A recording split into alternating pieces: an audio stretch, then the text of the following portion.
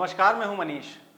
छत्तीसगढ़ में अनुसूचित जातियों, अनुसूचित जनजातियों और अन्य पिछड़े वर्गों के लिए आरक्षण संशोधन विधेयक 2022 संबंधी फाइल राजभवन द्वारा राज्य शासन को वापस भेज दिए जाने की चर्चा कल लगभग सोशल मीडिया पर चल रही थी। खबर झूठी थी, फाइल वापस नहीं की गई है। सरकार ने बताया है कि इस संबंध में कुछ समाचार चैनल और जो वेब पोर्टल है उन्होंने बेबुनियाद तरीके से इस खबर को, यानी तथ्यहीन खबर थी जिसका प्रकाशन कर दिया था। खैर, समस्या तो अभी बरकरार है। छत्तीसगढ़ में आरक्षण का पेच ऐसा फंसा है कि सुलझने का नाम ही नहीं ले रहा है। आरक्षण विवाद के चलते न तो भर्तियां हो पा रही हैं, न नई वैकेंसी निकल पा रही हैं और न ही इंजीनियरिंग, बीएड, नर्सिंग, फार्मेसी समेत अन्य एंट्रेंस एग्जाम भी हो पा रही हैं।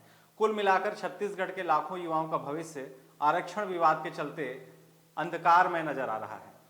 2 दिसंबर 2022 को छत्तीसगढ़ की कांग्रेस सरकार ने आरक्षण संबंधी 2 बिल, छत्तीसगढ़ लोक सेवा अनुसूचित जातियों, अनुसूचित जनजातियों और अन्य पिछड़े वर्ग के लिए आरक्षण संशोधन विधेयक 2022 तथा छत्तीसगढ़ शैक्षणिक संस्था प्रवेश में आरक्षण संशोधन विधेयक 2022 सर्वसम्मति से पारित किया गया था। विधानसभा से बिल पारित होते ही अनुसूचित जाति के लिए 13%, अनुसूचित जनजाति के लिए 32%, अन्य पिछड़ा वर्ग के लिए 27% और सामान्य वर्ग के गरीबों को 4%, यानी कुल मिलाकर राज्य में 76% आरक्षण तय किया गया था।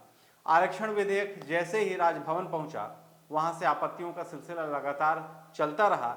इसी बीच छत्तीसगढ़ सरकार और राजभवन के बीच तकरार की खबरें भी सामने आनी शुरू हो गई, परंतु समाधान अब तक नहीं हुआ है।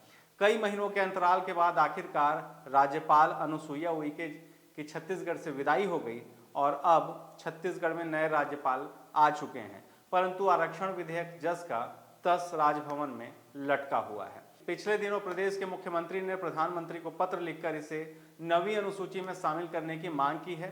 सीएम के इस लेटर के बाद एक बार फिर से आरक्षण विधेयक को लेकर सरगर्मियां बढ़ गई हैं। जब मीडिया ने इस विषय पर नए राज्यपाल से पूछा तो उन्होंने इस पर कुछ भी बोलने से इनकार कर दिया और मीडिया वालों से कहा, आप सीएम से जानकारी ले लीजिए। अब जरा नियम क्या है यह भी समझ लेते हैं।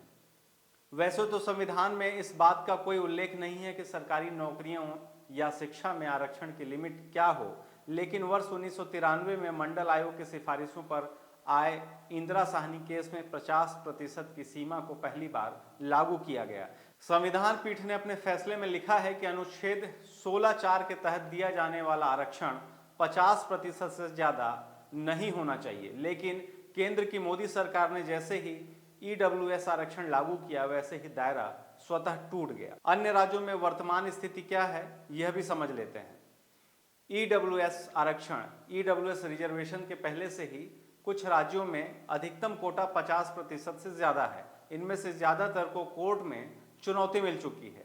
सबसे बड़ा उदाहरण तमिलनाडु का है, जहां 1993 से 69% की व्यवस्था है। इसी तरह हाल ही में झारखंड में 76%, कर्नाटक में 56% और छत्तीसगढ़ में 76% आरक्षण सदन में प्रस्ताव पारित किया गया था। इनमें कर्नाटक में राज्यपाल ने विधेयक को मंजूरी दे दी, वहीं झारखंड में विधेयक को लौटा दिया गया और छत्तीसगढ़ में मामला अभी तक लंबित है। अब आगे क्या होगा ये बड़ा विषय है। वैसे तो कल ही राज्यपाल द्वारा विधेयक को लौटाने की खबर मीडिया में वायरल हो गई थी, लेकिन सरकार ने इसका खंडन कर दिया है।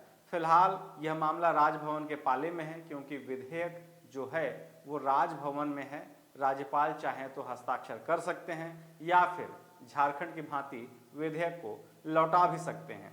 अब देखना होगा इस पर राजभवन आखिर क्या निर्णय लेता है। आरक्षण विधेयक का यह मामला 2023 के अंतिम दिनों में होने वाले विधानसभा चुनाव में एक बड़ा मुद्दा बन सकता है। कांग्रेस इसका ठीकरा भाजपाइयों पर फोड़ रही है, वहीं भाजपाई जो हैं वो सत्ताधारी कांग्रेस को इसका जिम्मेदार ठहरा रही हैं। आरक्षण विधेयक लागू होता है या नहीं यह तो आने वाला वक्त ही बताएगा, लेकिन आरक्षण के चलते युवाओं का जो भविष्य है वो कहीं ना कहीं अंधकार में नजर आ रहा है, क्योंकि अगर आरक्षण पर जल्द ही निर्णय नहीं आता है तो बहुत जल्द विधानसभा चुनाव के चलते आचार संहिता लग जाएगी और नई भर्तियां और नियुक्तियां जो हैं उन पर रोक लग सकती हैं। राजभवन और सरकार के बीच फंसे आरक्षण विधेयक से छत्तीसगढ़ के युवाओं का नुकसान लगातार देखने को मिल रहा है। शुक्रिया।